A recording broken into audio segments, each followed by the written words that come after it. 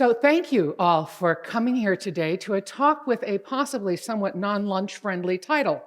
While pursuing my research on women's health and feminist women's health activism in the Deep South, I became aware of the practice of menstrual extraction and the group of women across the country and some in other countries around the world who for a brief moment in the 70s mostly practiced menstrual extraction as part of feminist healthcare and feminist healthcare activism. So when is an abortion not an abortion? How do we know, and what can this question teach us about how we create normative bioethics? That is to say, the ethics that tell us how things should be done. In the 1960s and 1970s, radical feminists in the women's health movement adapted surgical suction technology in order to manually empty the contents of the uterus. In part, this was an experiment in letting women control the timing and duration of menstrual periods.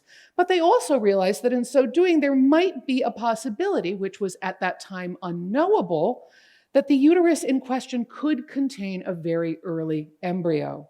So this talk that I'm giving today uses both historical methodology and bioethics methodology to examine the ways in which women used radical feminist philosophy to develop a distinctive ethical stance about manually emptying the uterus that provided a firm and perhaps somewhat unexpected response to this unanswerable question of whether or not doing a menstrual extraction constituted the ending of a pregnancy. So let me begin with the really obvious. As a culture, we are not super comfy talking about menstruation or abortion, but they are incredibly ordinary things. They happen all the time. They have in every culture, everywhere, at all times in history. And what's interesting about them from a historical perspective is not whether they happen. We can take that for granted. That's dull. What's interesting about them is how people think about menstruation and abortion. So for the purposes of my research on feminist health ethics and how feminist health ethics form, I look at menstruation, menstrual extraction, and abortion in a bunch of ways. And the big way that I look at it is in terms of how people answer the questions that emerge about these things. So questions like, are menstruation and abortion things over which human beings can have control? If they are, should people have control over them? Who should have control over menstruation and abortion, and why should those people have control? If, in fact, we are able to control these phenomena, how should we do it? And finally, are there any particular contexts or situations in which we want to answer these questions differently? So the context in which I look at these questions is the feminist women's health movement of the 60s, 70s, and early 1980s, roughly corresponding to what we call the second wave of the feminist movement. So in this paper specifically, I look at this procedure called menstrual extraction. What is this? So quite simply, it's the use of gentle suction administered through a narrow, flexible plastic tube called a cannula that's inserted into the uterus through the vagina and cervix to remove the contents of the uterus. They were doing it with a specific intent of removing the tissues that would normally be shed anyway during menstruation. So those tissues usually include endometrium, blood, and some mucus. Pretty innocuous. In principle, if you perform this procedure with the correct timing, you can suction out what would normally be shed during a period and therefore either reduce the length of menstruation or eliminate menstruation altogether. This procedure was adapted in the 1960s from other surgical suction experiments, and specifically from a suction technique being developed in China that was being used experimentally for first trimester abortions. The 1950s and 60s were a time where China was struggling with population concerns and pressures from world governments about overpopulation, but had not yet implemented its infamous one-child policy. So as part of campaigns to reduce overpopulation, Chinese doctors were working on this technique to make abortion easier, more comfortable, and less risky for Chinese women. Much easier and more comfortable than dilation and curettage, which was the standard way of performing abortion, which involved dilating the cervix, so opening the cervix up, so that a doctor could go in with a sharp instrument called a curette and literally scrape the contents of the uterus out. Understandably, this is much more invasive, physically traumatic to the body and its tissues, and also much more liable to cause complications since you're actually involving more tissue and more trauma to the tissue. And it was also the standard method for abortions in the United States up to and well into the 1970s. We have feminists to thank for the fact that suction is the most common method for abortion now. So anyway, this suction technique, people started to hear about it through the grapevine and through the feminist health grapevine. And in 1971, a health feminist named Lorraine Rothman, who lived in Southern California, figured out that she could probably figure out a way to do this without having to resort to whether or not she could get access to actual surgical equipment.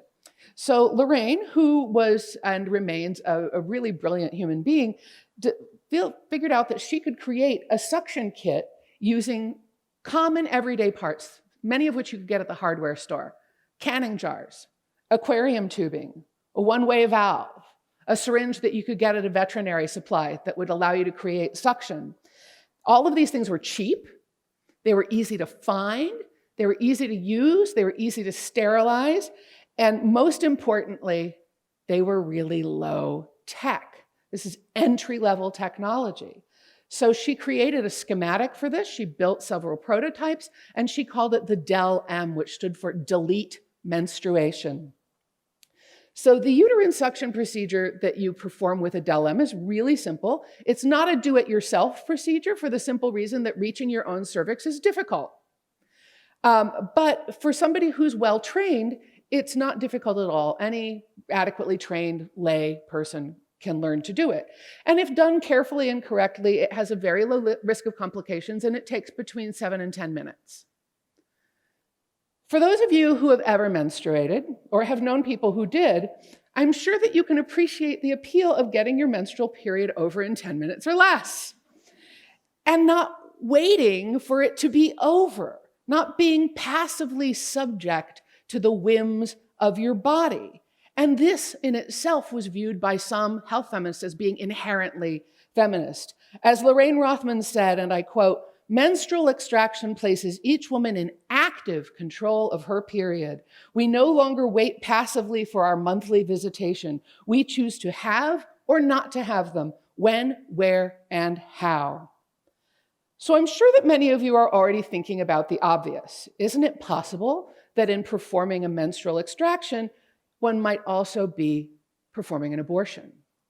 After all, women are usually fertile somewhere between 2 menstrual periods. So it might not only be endometrium, blood, and mucus that's being removed in a menstrual extraction, but also an embryo. So yes, exactly. This was, in fact, the issue. Menstrual extractions were usually performed anywhere from 3.5 to 8 weeks after the last day of a woman's previous menstrual period. And this conformed exactly to the time it took in the late 60s and 70s for an accurate pregnancy test to be made. Pregnancy was not reliably detectable until levels of hormones accumulated in the urine at that point in time. We didn't have the much more effective and sensitive tests that we have today. So even if you thought you might be pregnant, that's in 1970, you were going to have to wait a bit, about a month, possibly a month and a half, to actually get an answer to that question. So here's a month and a half in which not only do you not know for sure whether or not you might be pregnant, but it is in fact impossible to know reliably whether or not that's true. So now you see why I began this talk with, when is an abortion not an abortion? Which might not have made a lot of sense when I started out. So we have this situation in which we're encountering what physicians and bioethicists call a prodromal intervention. And what that means is an intervention into the body that takes place before the symptoms of a particular illness or syndrome or injury take place. The problem here is that we're not actually sure which syndrome we are engaging in a prodromal intervention for. It's a prodrome, but a prodrome for what? And this, by the way, is not a problem we come up against often in the history of medicine and the history of bioethics. We do a lot of prodromal interventions. For instance, we prescribe migraine preventatives, right? And migraine abortives. We take prenatal vitamins. We have our football players wear padding and helmets because of the extremely high risk of head injuries. In fact, we brush our teeth with fluoridated toothpaste, and we drink water that's been fluoridated by the water treatment plant in order to perform a prodromal intervention for something called tooth decay, right? So this is not unusual. But usually when we perform a prodromal intervention, we know exactly what it is we're trying to prevent. In this situation, we don't. I like to joke, even though it's only sort of a joke, that what we're talking about here is Schrodinger's uterus. It's this uterus in which something is going on, but we don't know what, and we can't look inside. So what I've been studying is how feminists, in light of the fact that they didn't know what really was going on in a menstrual extraction for sure, made ethical decisions about how and whether to do it. And on what basis did they make those decisions? What I'm really curious about is what criteria feminists used to do their decision making. How do our philosophical beliefs and our political beliefs shape the decisions that we make about our bodies and other people's bodies? So what's emerged from my archival and also interview-based work is that feminist health activists usually considered 5 basic variables when they were talking about the ethics of menstrual extraction.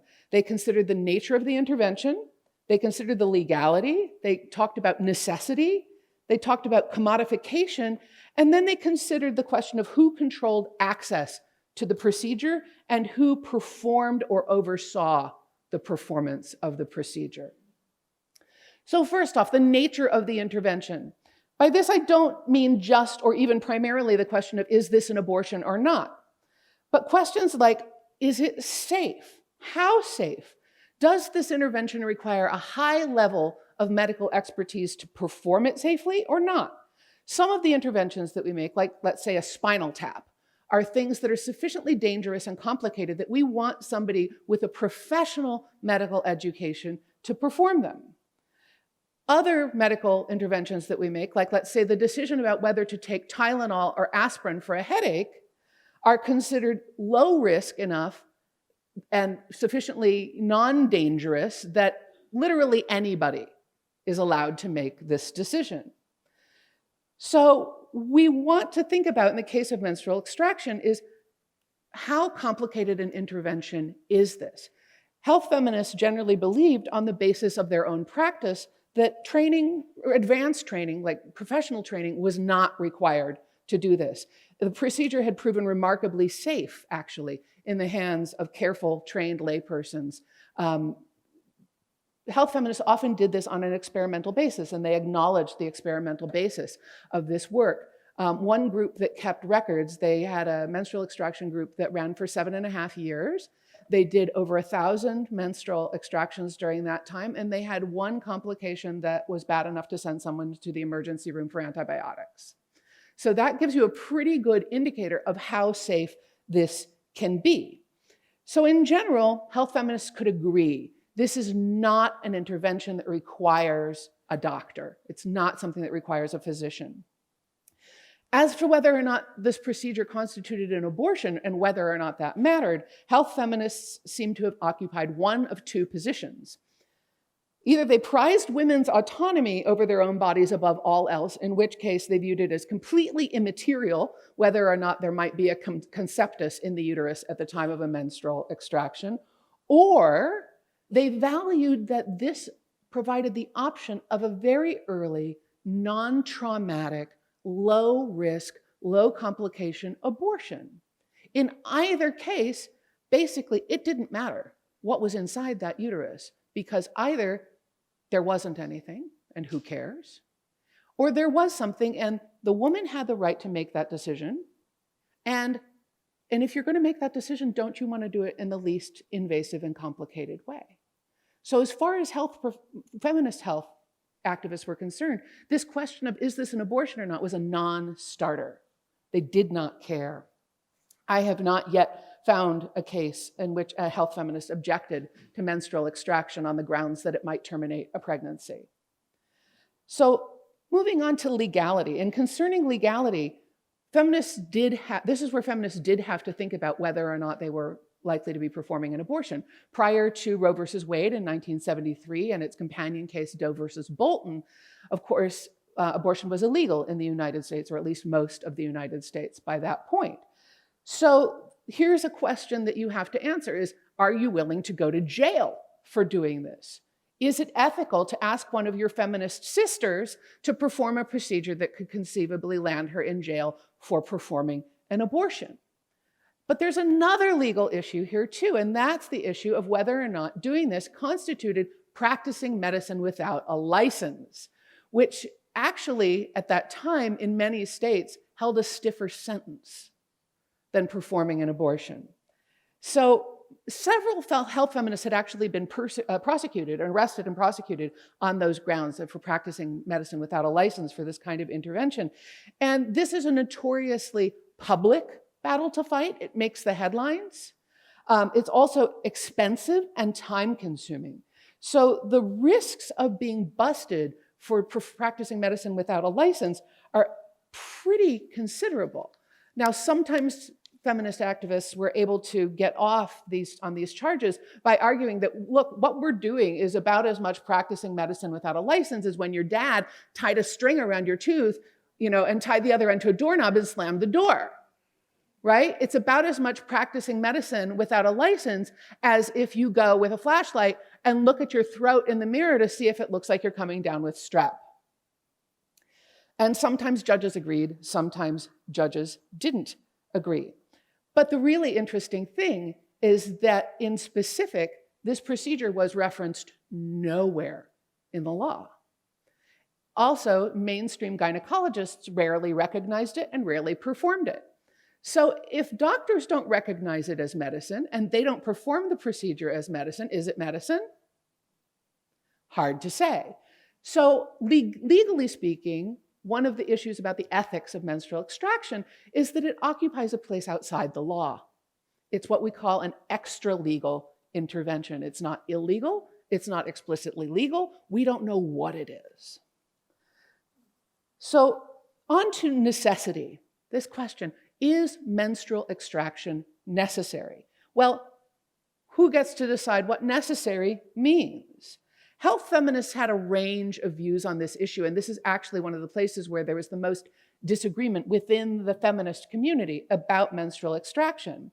So most feminist health activists could agree that menstrual extraction was not biologically necessary. After all, eventually a woman would just have her period, right? And all of these things that you would suction out in menstrual extraction would just come out of the body spontaneously. But many feminists agreed that necessity is in the eye of the beholder. And if we are going to prize women's autonomy in their decision-making over all of our other concerns here, ethically speaking, then she's the one who gets to decide whether or not menstrual extraction is necessary. And it would be wrong for a feminist health practitioner to contradict her. Given how safe it proved to be, they also felt that there was no real safety reason to try to contradict that assertion. Now, other feminists argued that it was not necessary and that it was not ethical because it was unnatural. They argued from this argument from nature that menstrual periods are natural, not normal, but natural, and that interfering with nature was ethically wrong. And this gets caught up in a lot of ecofeminist ideas about whether or not human beings have the right to interfere with the cycles and workings of nature. So Some said, absolutely not, we should never do menstrual extraction, it's unnatural. Others simply said, we believe that women who are seeking menstrual extraction be educated about the fact that this is against nature, that this is not what nature does, and that they should be thinking about whether or not doing this is going to compromise the naturalness of their bodies. Doctors, by the way, argued that there was never a medical necessity for menstrual extraction. They acknowledged that there was no positive benefit to be had from the procedure, and in light of their refusal to acknowledge it as being beneficial, it was therefore unethical for anybody to pursue it because there was no benefit to be had. So now we get to this issue of commodification. Whether or not it was ethical to perform or to obtain a menstrual extraction is a different question from whether or not it is ethical to put a dollar value on a menstrual extraction. So not an if, but a how question. How should we do this? In what contexts is it okay to do this? The feminists who originated this intervention in Southern California reinforced their idea that menstrual extraction was to be done only in groups of women who had extensive peer-to-peer experience and training, a lot of interpersonal familiarity and trust. These were groups of women who met monthly, sometimes bi-monthly, for either months or years, and who performed routine GYN exams, sort of basic level gynecological interventions, and sometimes menstrual extractions on one another. Within those groups, these practices over time generated an intimacy and an intimacy of knowledge that doctors and nurses could not approach, right?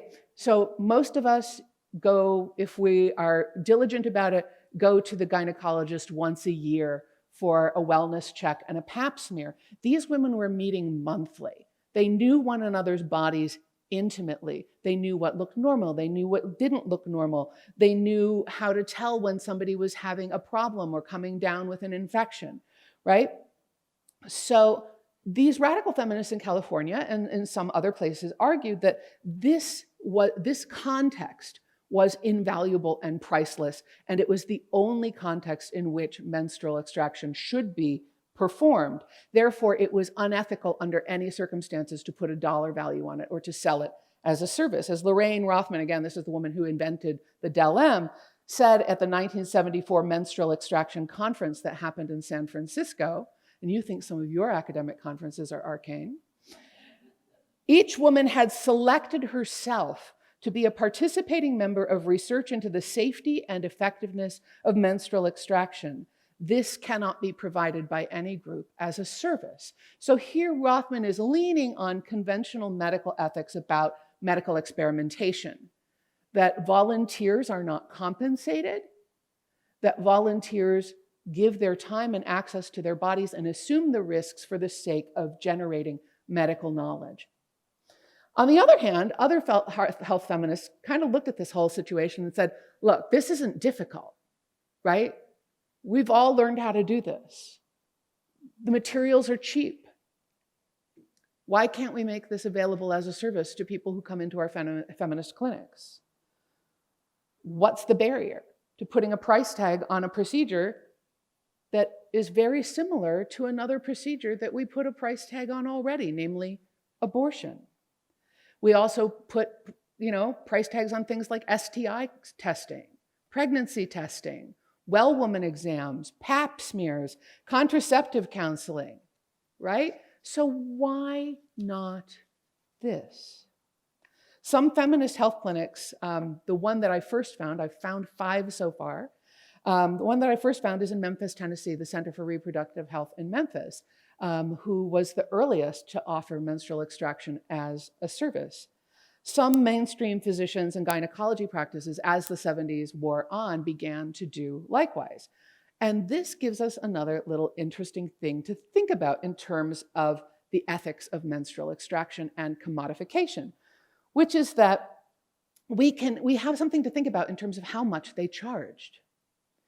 So some clinics charged between about $25 and $50 for a menstrual extraction. Other clinics charged between $100 and $150 for a menstrual extraction. This doesn't make sense given that they're using the same materials, they're using the same resources, they're using the same personnel, right? So what's the price? What's behind the price difference? $100 to $150 is the amount that was then the going price for a first trimester abortion. So the price that was charged was indexed to what the practitioners believed themselves to be doing. So evacuating menses, cheap and cheerful.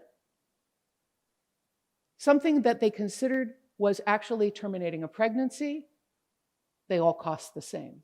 Whether or not you wanted to call it an abortion or you wanted to call it a menstrual extraction, whether you wanted to do it 3 weeks, 4 weeks, 5 weeks, 6 weeks after your last menstrual period when you could have no reliable idea, no reliable confirmation of whether or not you were pregnant, or whether or not you wanted to do it between 8 and 12 weeks when you could have a completely reliable confirmation of pregnancy. So this is one of the places where we do see a hint of some ethical decision-making about risk and reward, but not about availability, not about whether we should provide this service, only about whether we should charge and how much. So finally, we come to the question of access and administration of this procedure. Now, health feminists, generally speaking, were unqualifiedly opposed to mainstream medical control of menstrual extraction. Health feminists believed that this did not ever belong in the hands of conventional doctors and nurses. And they were very worried that this procedure might be co-opted by the mainstream medical system. In 1974, Shelley Farber, who was the director of the Los Angeles Feminist Women's Center, which is the second of the centers that I found that actually offered this as a fee-for-service, said, "The women's movement created menstrual extraction. Arrogant males discovered its power and twisted it for their own purposes. This is not the first time that women's ideas have been co-opted for men's fame and profit. Menstrual extraction in the hands of women is fantastic, but in the hands of those who are not affected by this procedure, it becomes dangerous." This warning was warranted. By 1975, the first 2 major studies of menstrual extraction had come out in the journal Contraception, Fertility, and Sterility and in the British Medical Journal. They were on it.